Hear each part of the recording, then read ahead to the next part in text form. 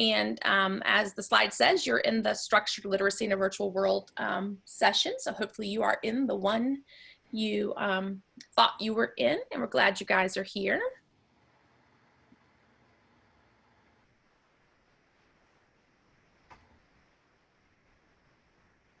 We still got some popcorn kernels popping there. Let a couple more in.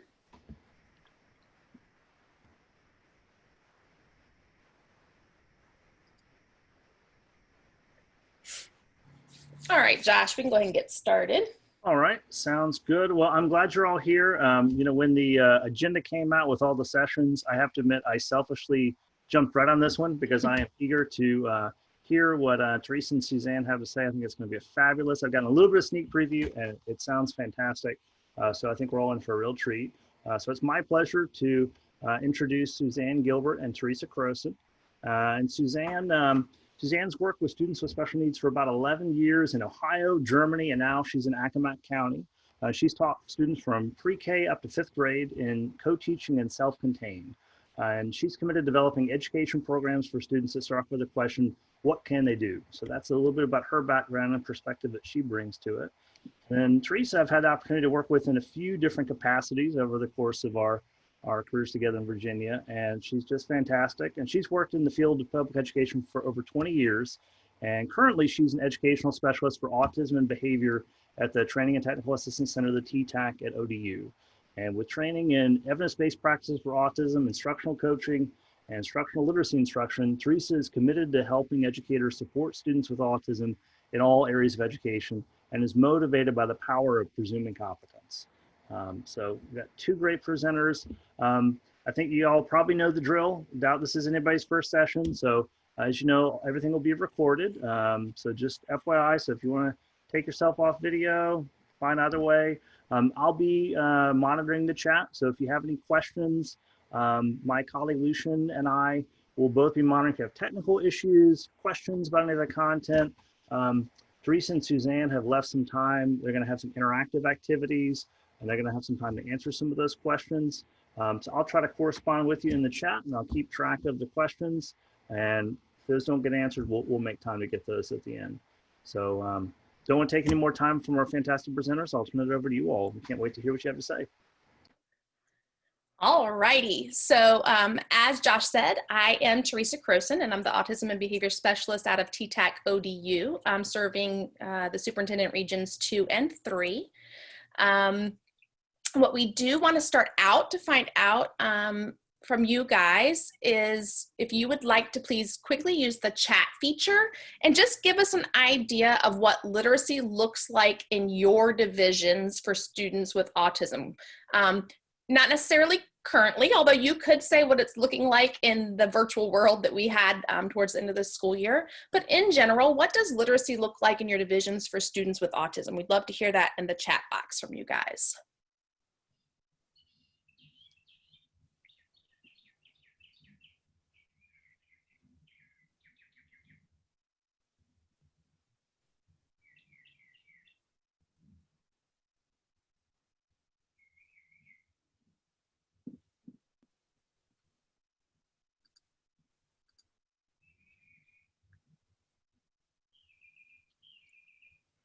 So what we're looking for here in the chat is just to get an idea of what literacy instruction looks like in your divisions for students with autism. Do you have specific curriculum? Is it everybody kind of can do what they want to do with the kids? Is there a mixture of things happening? And now we're getting a lot of responses in the chat. There they come in. Yeah, lots of curriculum. We got a three-tiered approach to instruction, multisensory approach like Orton Gillingham. Love it. A couple unique learning out there. Reading A to Z. Some about sort of support structures and how staff are used. So I see some named programs, which is great. I see a lot of people mentioning multisensory, which makes my heart very happy to see that. It's great to see pulling from several different ones. I do see that a lot in our divisions. And And I hear you. I see somebody's got some difficulty getting materials and resources, especially when we get to those middle school and high school levels. And we're going to touch on that a little bit as we go. So that gives us a better idea of kind of what's out there and what you guys are used to seeing. So we appreciate you doing that.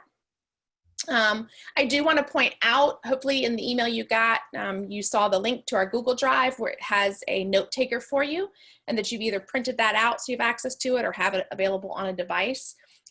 It's kind of an interactive note taker. We've put some of the main content keywords there for you. We've put some of the infographics on it for you so you can spend time listening and interacting rather than trying to hurriedly write things down if you want to. And then we've got some spaces there for you to ponder how you can apply some of these things as you go through in your divisions. So with that, I'm gonna turn it over to Suzanne. So I'm going to tell you a little bit about how we came to be presenting today.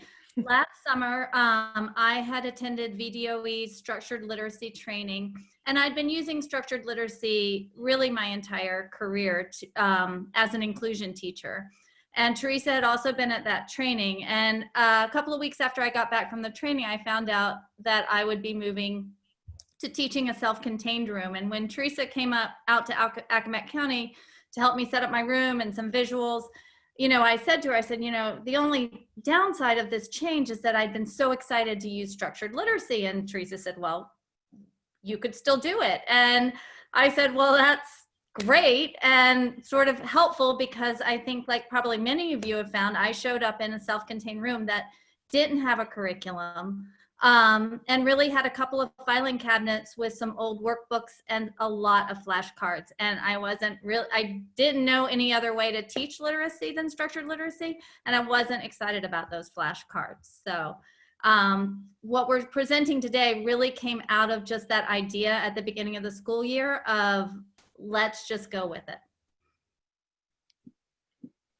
And I think the other cool part that we'll kind of discuss a little bit more as we go along is Suzanne was also able to be involved in an evidence-based practice academy in Accomack that I was doing with some of the teachers in the county, and how she finally kind of got together and she's like, wait a minute, I can tie these things together with my literacy instruction. And so we're going to hit on some of that today as well. So here we go. Everybody's kind of heard, you say tomato, I say tomato. And really what that means is sometimes we're saying the same thing even though we may not be saying it the same way. So we kind of want to start off with making sure we're using a common language as we go through this session today. And so when we're talking about structured literacy, we're talking about systematic, sequential, explicit, and multisensory instruction. But what do those things really mean, and what do they look like in the scope of literacy instruction? So I like to look at systematic much like a blueprint for a house. And what I mean by that is we have to plan ahead of time to make sure that all of the components come together effectively to have a completed house at the end. And it's the same with our literacy instruction. The construction workers are not going to go buy the wood and the fixtures and the pipes until they have the plan from the architect that shows the big picture and how all of those components are going to work together. And that's what we're going to do with literacy as well. We teach language systematically, which means we work on all of the small components that make the whole, and we look at how all of those elements fit together with a goal of automatic and fluent application, and so that ultimately we can have our students reading for meaning. The next part of that is sequential, which basically means we follow a planned scope and sequence of skills. We're not skipping steps.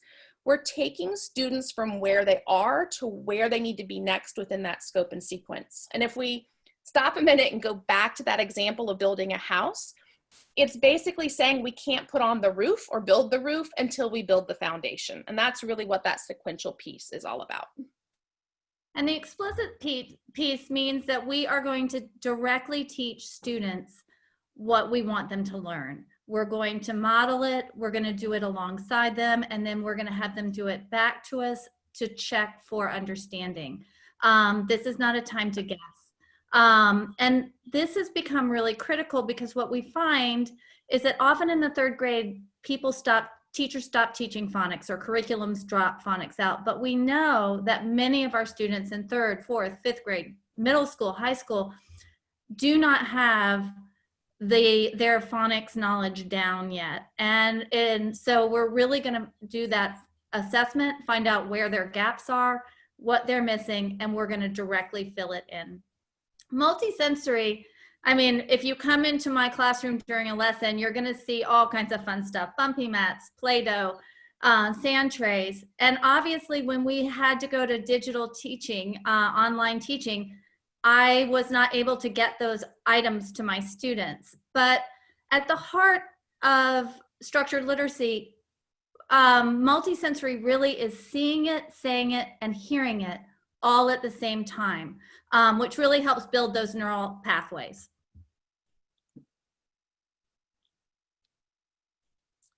So I'm sure some of you or most of you have seen Scarborough's reading rope.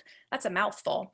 And it's really a model of looking at the skills that are necessary for proficient reading and how they really intertwine together. What we want to do today is kind of unravel it a little bit, and we're really just going to focus on those bottom strands, the word recognition piece. And because this is really the science of reading, but we wanted to make sure that we pointed out that this is by no means all of the parts of literacy that need to be covered. There's still that entire language comprehension piece up there. So again, not going to get deep into this, but I encourage you to look up more about the reading rope if you are interested in that. But just a reminder that we're really kind of today focusing on that bottom section of the rope, the word recognition. There is a copy of that graphic in your note taker as well.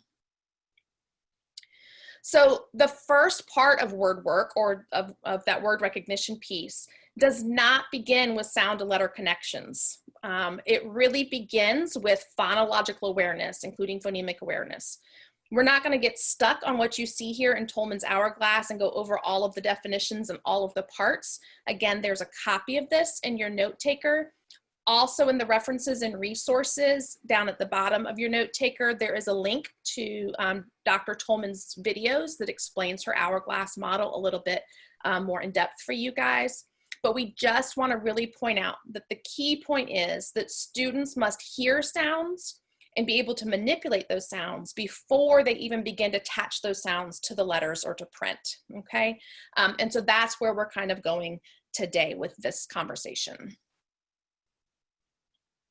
And phonemic awareness is so important. We know that it is the biggest predictor of reading success. And so we really need to make sure we're screening students for their phonemic awareness before we ever get to text. And a lot of what we had to do was, in many ways, it's well suited to doing in the virtual world because we're just talking. But maintaining student motivation and engagement when that's all you're doing required us to come up with some visuals to support it.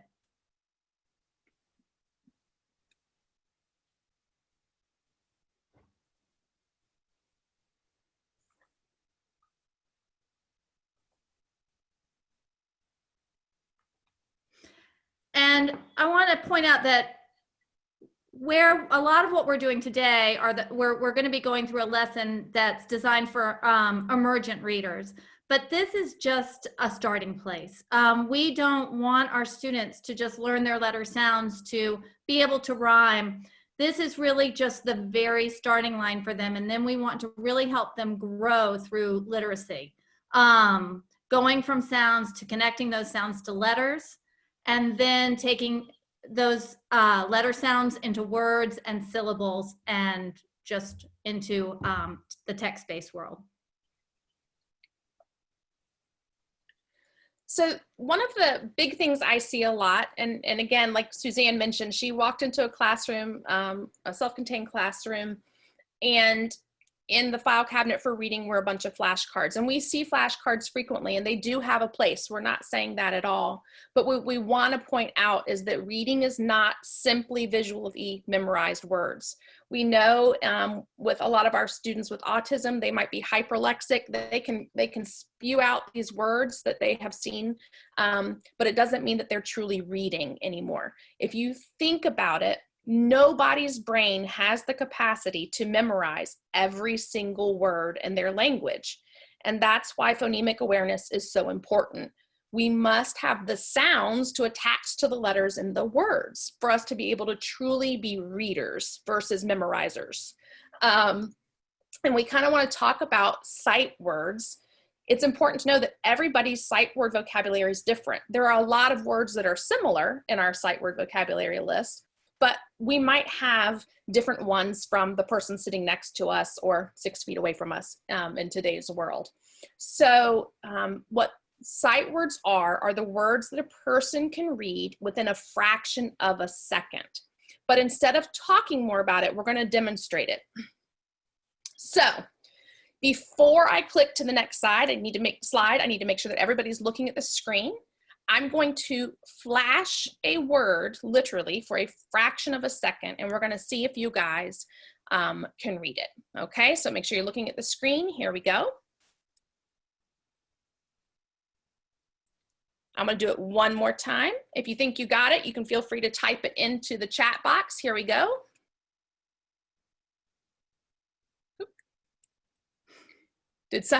Got button happy here. Now somebody might know my other one. So did we get it right? Did you all get chair? Lots of people got chair. Some people did not, but we've got chair going. All right. So for many of you who were able to get that, it's because it's a sight word. We see it all the time. We have background knowledge of it. It's a common word that we have seen in print millions and millions of times. So we were able to do that as a sight word. So here goes our next one, which I might have given you a little cheater when it popped up last time. Did y'all get that one? Here we go, I'll flash it again.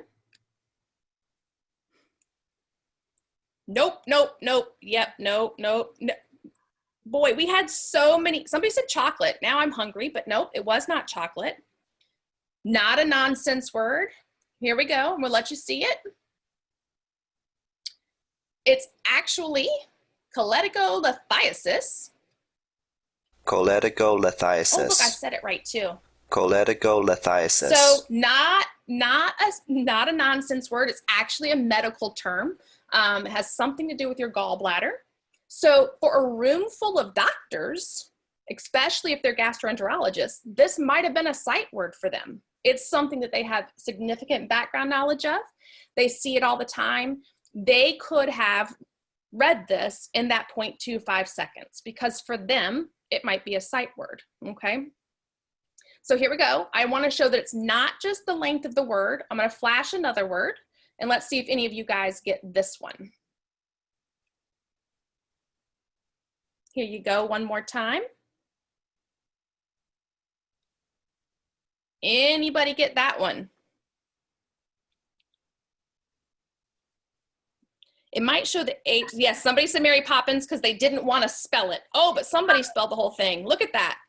So for some people, it was a sight word. We might have been raised. I actually had the record, the vinyl album of the Mary Poppins soundtrack and could do this whole song for you, but I'll save you my voice. But it's a sight word for some of us. For some of it, it was not.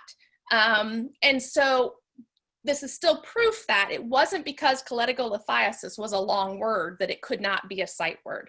Because here's one that's even longer, and people were able to read it within 0.25 seconds because of their background knowledge.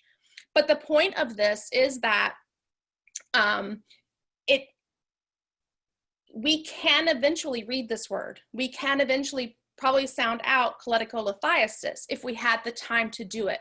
And the reason we could do that is because we have the phonemic awareness and the phonological ability to decode those words, even though they're not sight words for us. And this really is ultimately why it is so important that our kids have the explicit instruction on how to understand those sounds, recognize those sounds, and connect them to those letters ultimately.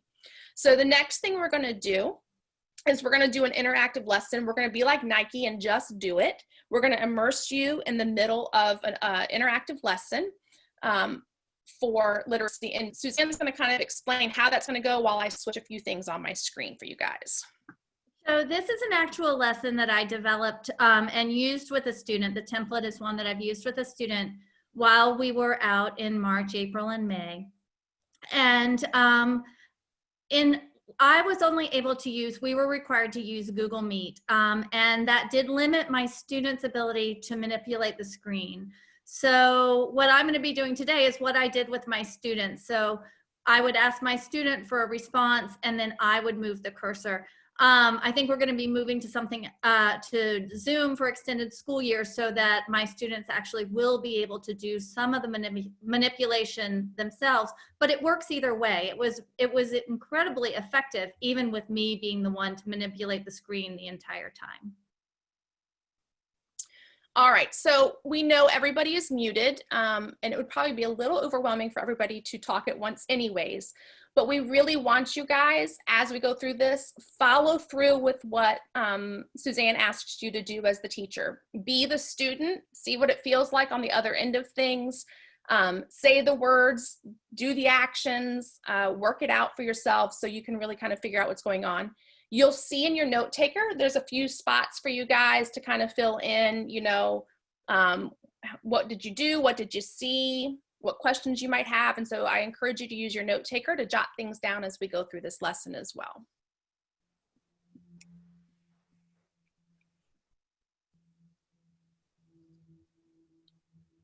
All right, so let's look at our schedule today. We have a number of things to complete. We're going to do phonemic awareness. That's our ear picture.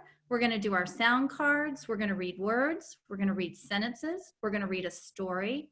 We're going to do our SOS spelling, and then we are finished. And it looks like you have decided you're working for screen time today. So excellent. Let's get going with our phonemic awareness. All right, I'm going to say 2 words, and you are going to tell me if they rhyme. Ready? King, ring. Do they rhyme? Yes. Okay, let's put the circle on yes and check. Good job. You are right. These words do rhyme. You got it. Excellent. Let's try another. All right, our 2 words now are dog and ring. Do they rhyme? All right, you said no. Let's try it. Let's put the circle on no and see if you're correct. Good job. You are right. These words do not rhyme. Excellent. All right, now we're going to work on our syllables. I want you to remember your trick. You're going to put your hand under your chin, and after I say the word, you're going to repeat the word, and then show me with your fingers how many syllables are in the word. When you get it right, we'll make it disappear into the hat. All right, ready? Your first word is pancake. Say pancake. And show me on your fingers how many syllables. How many times did your chin hit your hand? That's right, 2. Good, we're going to put in the magic hat. It's gone. All right, chin back on your hand. Let's do computer. Say computer. And show me on your fingers how many syllables there are in computer.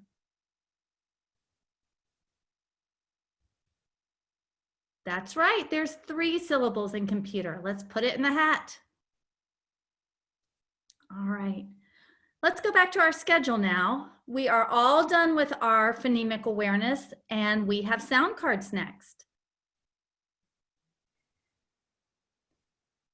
All right, for these first couple, I want you to repeat after me. I'm going to say the letter name, I'm going to say the keyword and the sound.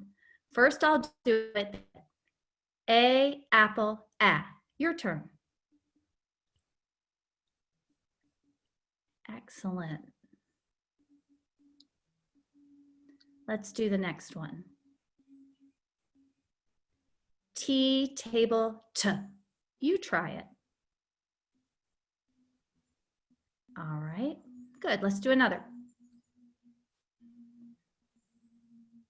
Now this time I'll say the letter name and the keyword, and I want you to provide the sound all by yourself. B, bat. I heard you say D. This is B, it has a belly. Bat. bat. Let's check the sound on our sound picture. B. That's right. B. B says B.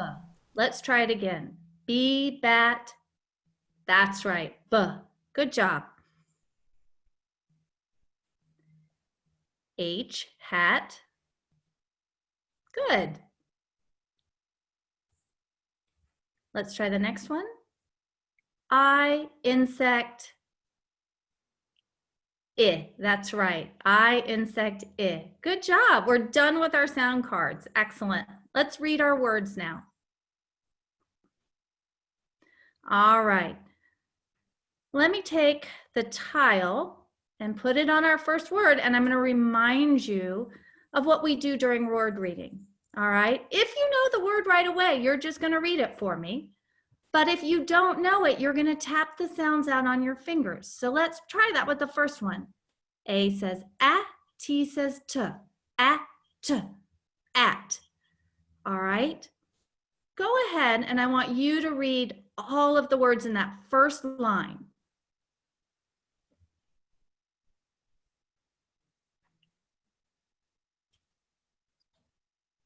Great job. All right, you get a monkey.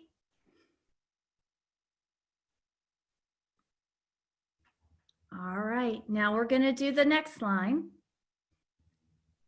Go ahead and read all the words in this line.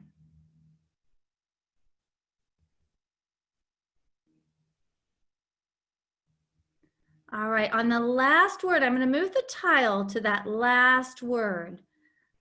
I heard you say dat. Let's look at that letter again. What letter is that? That's right, it's B. And what does B say? All right, so let's tap it again.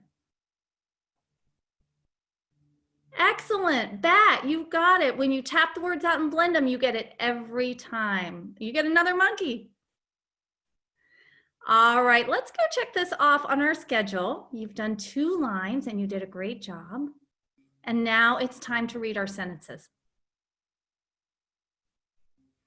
All right. So I know you don't like to read sentences. So we're going to cover them up though. We're going to read them one at a time. All right. Let's just worry about the first sentence first. All right. Just the first one. All right. Go ahead and read that sentence for me. Exactly. See the cat. You get a check mark. All right. So let's just do one more. Just one more. There you go. All right. Go ahead and read that sentence for me. That's right. Tap the hat. Another check mark. All right, last one. You're almost done with it. Go ahead and read that one for me. All right, your D's and B's are still giving you a little trouble. Let's look at that second word there, because you said the dab is mad. That doesn't make any sense, does it? What's a dab? And dab, if we knew what it was, I don't think it would get mad, right? That's right, the dad is mad. That makes more sense. And it matches what the letters say. All right, I'm gonna move the check mark there.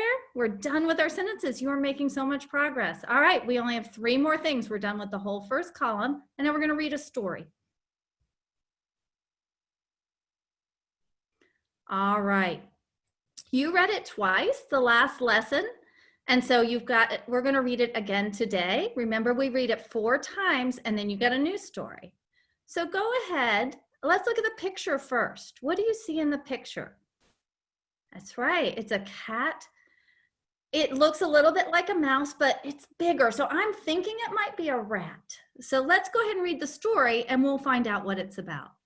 Go ahead and read the story out loud for me.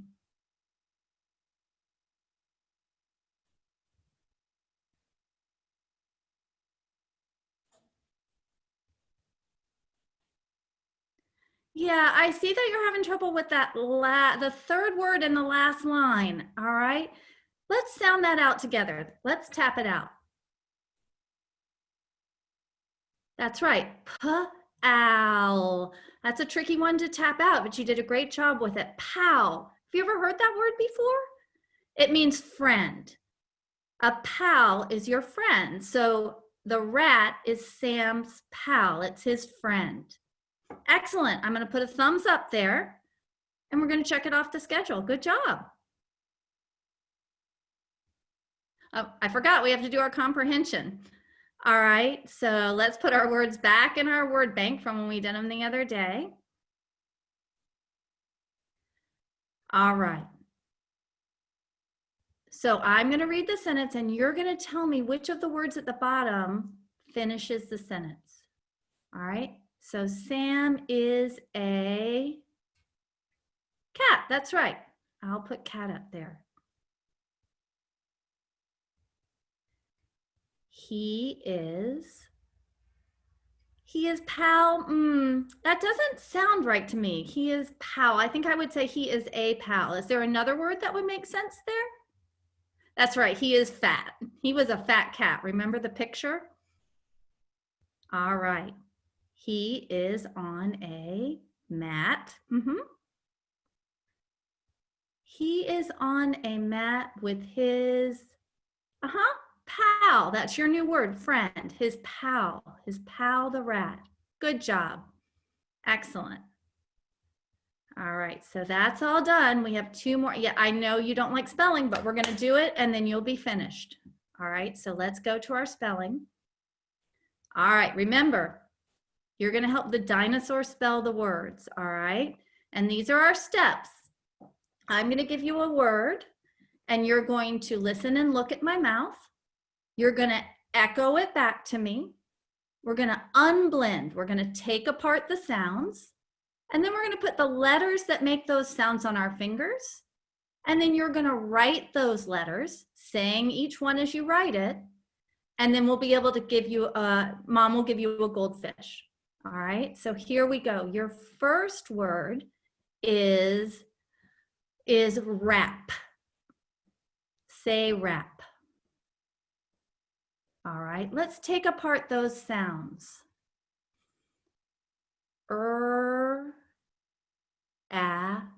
Good, that's right. Those are the sounds in wrap.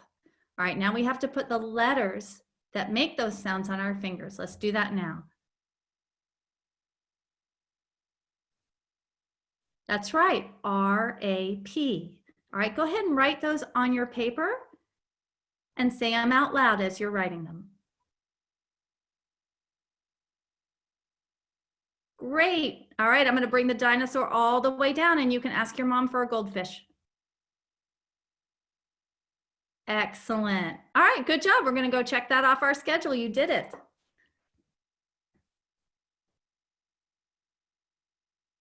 All right, you are finished. And so you can go ask your mom for your iPad. You earned your screen time today. Good job.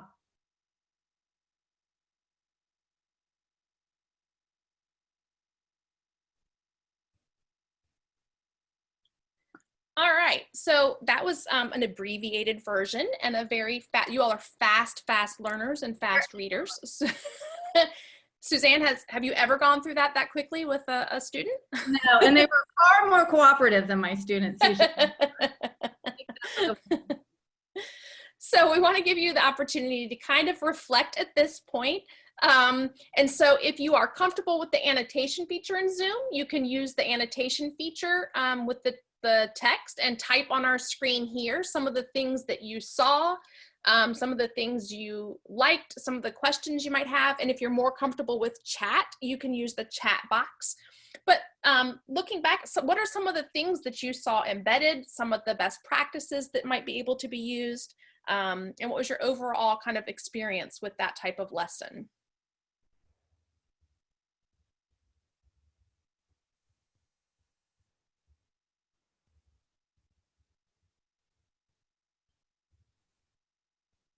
So we've got somebody who loved the visual schedule. The visuals are definitely a must. Guided to correct mistakes immediately and positively. Expectations were clear.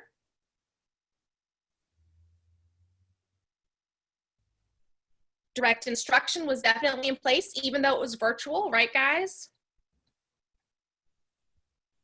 Somebody wants to use it with their students. Well, we have great news for you at the end of this.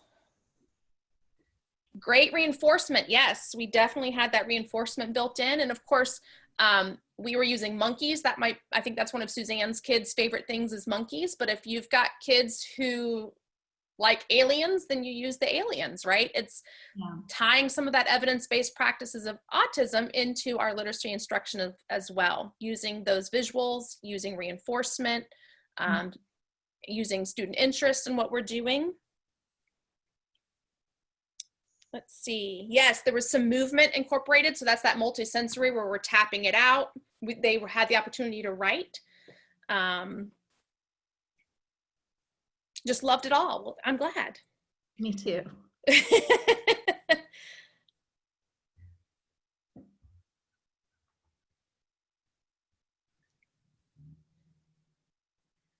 Love having the ability to use the visual schedule and manipulate the screen.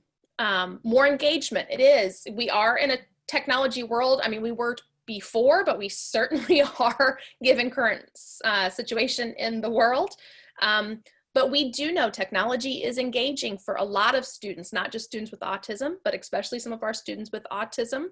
And then, you know, I hope you guys realize that this lesson is not just for virtual. It works well in a virtual world, but you can take this back to your school and when you are live, do it on smart boards or Promethean boards, or just do it on a projector and letting them manipulate it on the laptop. For some of our kids, I think it's important to note that, you know, the teacher can do the manipulation once the kids point out what they think the answer is. But also if you have kids who have the ability and the accessibility to be able to do it, then they can manipulate it themselves, which is just another form of engagement there for them as well. Somebody asked what program we use to create it. That's just in PowerPoint. It's literally PowerPoint. It's just that you present it in edit mode so that you can manipulate the pieces. And the are all straight from BoardMaker. Yep. And if you don't have BoardMaker, whatever symbol system you have, you could use Google Images. You can use all kinds of things. It doesn't have to be those structured symbols. But if you have access to those and your division has licenses with that, it's great because now they're seeing those symbols in multiple places, especially if that's what they're used to seeing on their visual schedules in the classroom. Then you've got that continuity there for them as well. So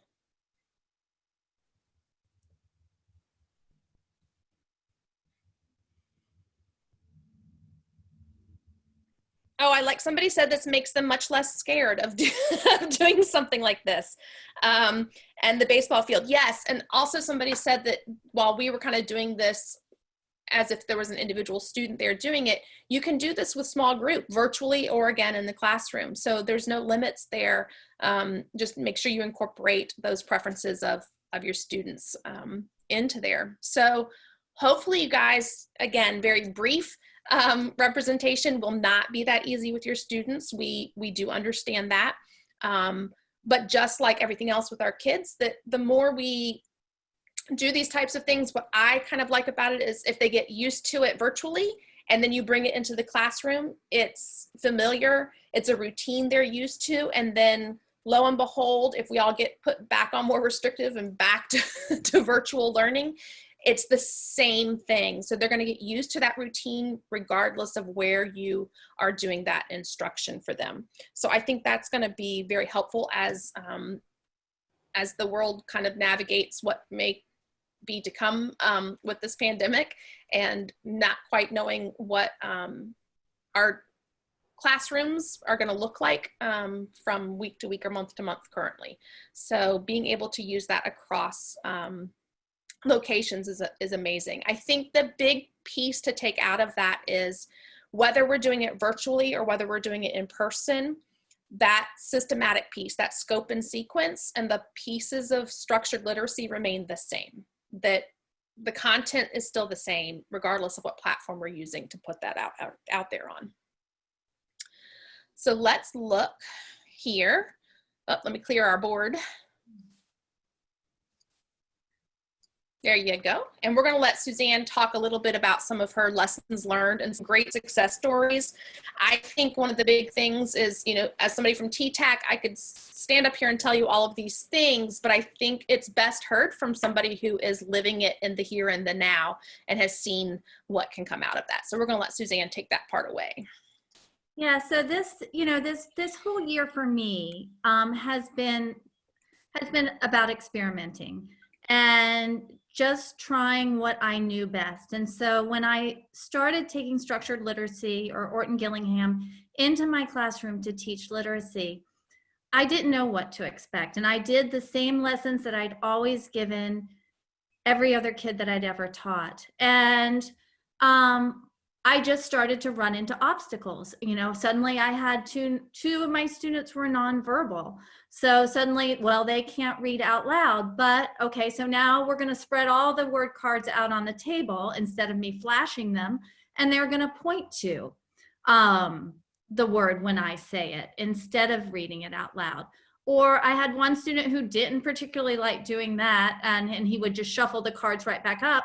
And so we set it up differently. We would pick words that reflected the spelling or phonics lesson we were doing and put pictures. We would do words that could be represented as a picture and put those up on the board, and he would match them. And so we just, nobody in my room liked to write. This was just a hated, so the spelling portion was really difficult for us. And most of my students refused to do the writing. So we tried typing. Well, that worked for one student, but the other student was like to throw the iPad. So that didn't work for him. So then we tried a picture of a keyboard and to see if he'd point to the letters on that. He didn't like that. We finally stumbled on letter tiles from an old Scrabble game we had in my house. And he would spell the words using the tiles. That finally worked for him. So it's just trial and error. We just keep looking for the types of things that would engage the student in the lesson, but I never changed the lesson. The structure of the lesson was the same one I've been doing for years. I just adapted how the student interacted with the information. And then just when I thought I'd kind of gotten the hang of it, suddenly now we're all teaching from home. And I was really, really scared because these were students who I would struggle to teach when I was standing right next to them. So I put the lessons onto slides and they didn't work. My students are running around the room in front of me. I've got this beautiful slide in front of them and they're not paying any attention. And that's when I really started to lean hard on those evidence-based practices. I got those schedules up and I did a combination of things. Some of my students had the schedule embedded in the lesson, but for some of them I did drop off the type of typical schedule that you might use in your classroom where they're actually able to move the icons to a finished column, because some of my students just still needed that movement, but it matched the lesson. And once I dropped that off at their house, they were able to move that. And I also think the other part that was sort of a happy, unexpected result was, and I saw someone mention this, was parent involvement. You know, a lot of times we give parents these tips, but we don't get to demonstrate them. And so, you know, I had a grandfather who was watching one of my students, and for him, he was old school. He wanted to just fuss at his grandson, and it wasn't productive. And as soon as he saw how easily that reward at the end of the lesson works as a motivating factor, you know, he told me, he said, this is just really eye-opening. Like, this has changed the way I interact with my grandson. And so this really isn't, I mean, I hope that you're able to maybe take a lesson like this into your practice, but I also hope you take the idea that we can take these evidence-based practices and not just put them up in our rooms, but take them deeply into the curriculum. To really, whatever curriculum your students are using, how do we take visual schedules, reinforcers, and just embed them? And for me, this really also, I think, works on the idea of splitting the work between the gen ed teacher and special education teachers, because now instead of creating everything myself, it may just be me looking at the curriculum they're going to use with the rest of the class and adapting it with these evidence-based practices. So it's been an exciting thing, and I'm kind of excited to see other people's experiences with it.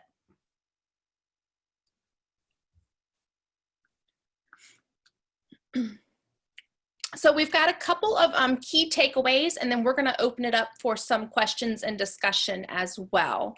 So I think we've said all of these things, and we've touched on some of those, that regardless of the location or the platform, we've got to maintain that scope and sequence. We've got to maintain that multisensory piece, that systematic approach, so that we're modifying for what the kids need, but we're following along with that true definition of systematic instruction. And Suzanne just said it, that we can take those evidence-based practices and do them, instead of doing them in lieu of systematic and explicit instruction, we're going to do them in conjunction with. So again, in that lesson, we had reinforcement built in. She was able to continue with some prompting in there. We had visual, not only the visual schedule, but if you saw the visual supports, there's the little highlighting rectangle that she could highlight the things that she wanted to focus on for the student. Even just covering up some of those sentences. So there was only one at a time. We're going to task analyze here a little bit. We're going to chunk it down, just this one, then this one, then that one. So putting those inside of your academic instruction as opposed to making them separate entities. Code planning is necessary. Did you hit on that, Suzanne? Some of the stuff that you, okay. And that we must address appropriate literacy instruction for successful inclusion to occur. Because again, back to that, a lot of times we see that explicit phonics instruction kind of gets dropped after 3rd grade. And so we've got to be doing this type of instruction for our students when they are with us, so that they can have that success when they get into those general education classrooms. And you know, one other thing that I forgot to mention, I also happen to have, I sort of held on to, even though I'd moved to a self-contained classroom, I held on to 3 students who were mostly included with their general ed peers, simply because I'd already done a year's worth of structured literacy work with them, and we didn't really have anyone to pick that back up. And when I started to use these same materials for them, even though they probably didn't need these evidence-based practices, they'd been doing the lessons with me, their engagement and motivation and success went up. So it's one of those things, like, I mean, some kids absolutely need these, but they're actually useful for all students. Absolutely.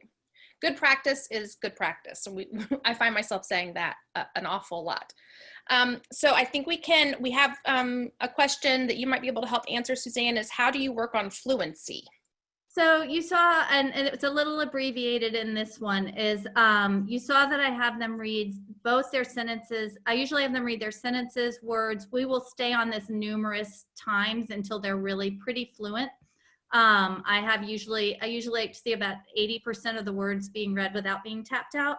And then we'll move on to the next step. And you saw that, you know, they have to read the story multiple times.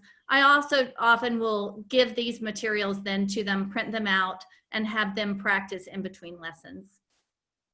And the key point is fluency comes with our improved ability to decode words. So the more easily and more readily that we can decode things and apply the rules that they're learning about literacy and decoding, then they'll be able to more quickly apply those to new words as well, which is going to help with your fluency overall. Josh, did we have any other questions mixed in the midst of chat that we might have missed? Or if anybody has some questions that they're pondering, they can post those into our chat box now. While people are posting those, I will let you know that in the Word document that is your interactive note taker, you will see at the end there is a link to access a template of this lesson that actually has way more than what you saw today on there. So you'll be able to download that from the TTAC ODU website, and feel free to share that link to the TTAC website to others that might be interested in using this, because I know we've got lots of administrators and leaders within divisions. So Hopefully this is information that you'll be willing to share with teachers in your divisions. We do ask that you share the link, not the actual PowerPoint itself. That helps us keep track of how many people are downloading it and using it. It gives us data as to maybe more things that we would want to be able to share with you guys as the time goes on. So that link is in the bottom of your note taker. Again, there's also the link to the Tolman videos to explain the hourglass a little bit more for you. And also in there is a link to VDOE's literacy webinar website. So there's lots of webinars on there that go a little bit more in depth into some of the literacy practices that Virginia has on their docket for everybody to kind of come on board with. So we encourage you to look through those links as well. And do you have any other questions? The slides are completely editable, so you would be able to make a copy of them and then set it up specifically for your student, changing out monkeys for Thomas the Train or dinosaurs or cars or whatever it is that motivated your student, putting in the exact words that they're working on, and sentences and stories that you might have with other materials that you're using. Yes, it's definitely just a template. We want, the whole point of this is to customize it to your students' needs and to your needs. So that is there and available for you guys. And we do encourage you to keep a clean copy of it so that as you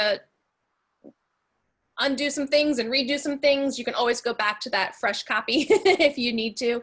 If you're like me, you're like, wait a minute, I just changed that whole thing and now I can't undo that. But that is there for you. Yes, it's the free structured literacy lesson beginner pack. That link at the bottom is the one we're talking about. And when you do go download that, when you have that PowerPoint, there's also links embedded within that PowerPoint that take you to a full pack of, remember the little salmon color cards where we were saying A, apple, A? It's the entire alphabet will be in that pack that's linked within that lesson as well. So lots of opportunities there for you. Again, we encourage you to share that TTAC link with people in your division so that they can also go on and download that. Ultimately, what we want is for this structured literacy to be as accessible to you and to the students in your division, and just give you that little head start with a template of things to be able to manipulate and change out to meet your student needs. So I haven't seen any more questions pop up. I think you caught them all, Teresa, with your NORAD setup there.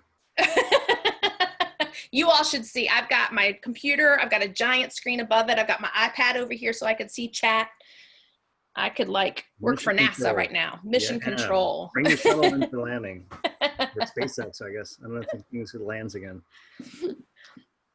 But I think that is it, guys. So you all are welcome to log off. We'll stay on for a little bit longer since the time's not quite up in case somebody does end up with a question they have. But you all can just hit that leave button if you are done with us, and have a great afternoon. We really appreciate you all joining us, and we hope it was informational and that COLA was all you expected it to be this year.